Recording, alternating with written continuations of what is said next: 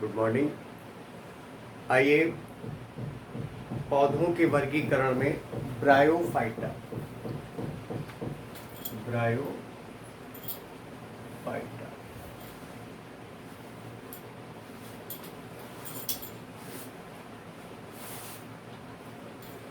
Embryophyta में ये bryophyta है। ब्रायोफाइटा में मूलाभास यानी कि राइजोम जैसी संरचनाएं होती हैं, यानी कि जड़ों के समान संरचनाएं होती हैं और पादप भूमि में स्थिर रहते हैं, यानी कि भूमि भाग में पाए जाते हैं, भूमि में पाए जाते हैं, नम स्थानों पर पाए जाते हैं।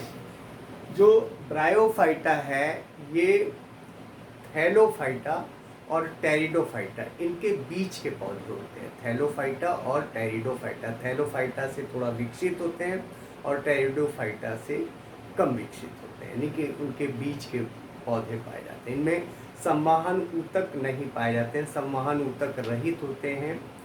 पौधे स्वपोषी और पुष्प रहित अपुष्पीय पौधे पाए जाते हैं। इनमें पुष्प नहीं पाए जाते हैं और बीज भी नहीं बनते। चूंकि पुष्प नहीं पाए जाते हैं तो बीज भी नहीं बनते हैं। और ये पौधे भी नम और जलीय और स्थलीय दोनों भागों में पाए जाते हैं, इसीलिए इनको कहते हैं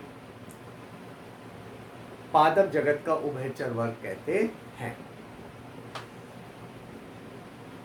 ये पौधे मुख्यतः नम, ठंडे और गीली यानी कि जलीय भागों में पाए जाते हैं। तो ये है ब्रायोफाइटा। ब्रायोफाइटा के लक्षण, ब्रायोफाइटा इनका शरीर थैलस के समान होता है, ठंडे छायादार स्थानों में पाए जाते हैं और इनमें जो जनन है वो लैंगिक अलैंगिक दोनों प्रकार से जनन पाया जाता है। इनमें दो अवस्थाएं होती हैं, बीजाणुद्भिद और युग्मोद्भिद।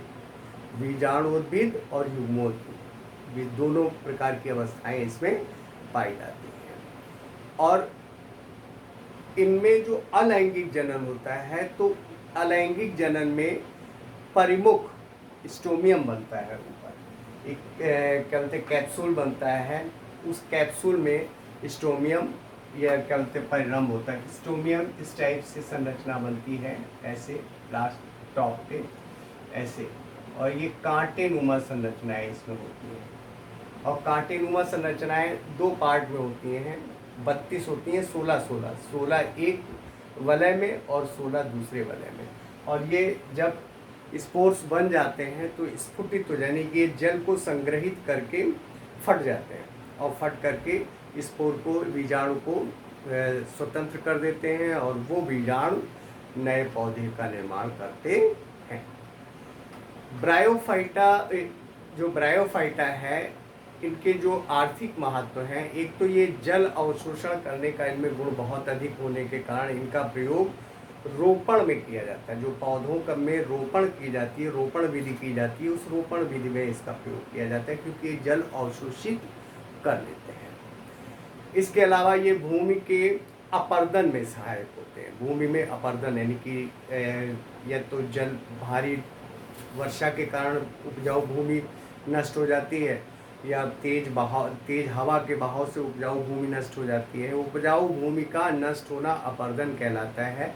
तो ये अपर्दन में सहायक होता है, यानी कि इनके कारण अपर्दन भूमि का नहीं हो पाता है। ईंधन के रूप में स्फेग्नम नामक जो टेरिडोफाइट्स पौधा है, ये ईंधन के रूप में इसका प्रयोग किया जाता है।